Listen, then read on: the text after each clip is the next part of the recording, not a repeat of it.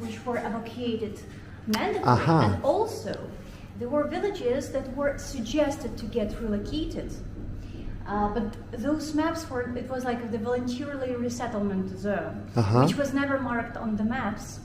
So Jaroslaw and the team actually went through all of the historical records and historical documents about the evacuation, reading the names of those villages and putting those on the maps. So that's the biggest and most complete map, I would say, of the exclusion zone, which also has all the kind of the marks, like what kind of wood that is, like birch wood or pine wood or whatever.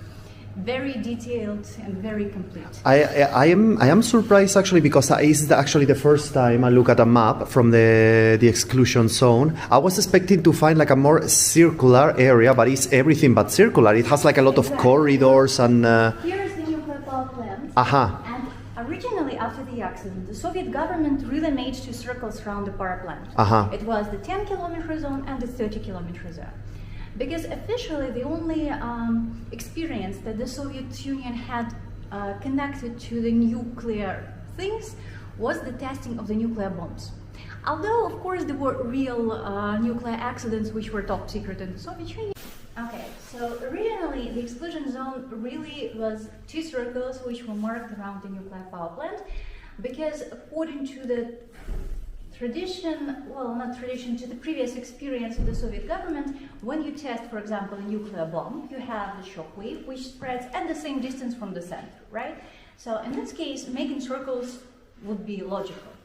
But then, when the scientists actually explored the area, the levels of radiation, of course, they figured out that in this case, radiation did not go at the same distance. It traveled with the wind. So on the map, you can see where the wind took radiation.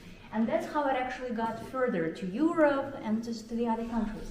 So here's the wind blows in one direction, then it blows in the other direction.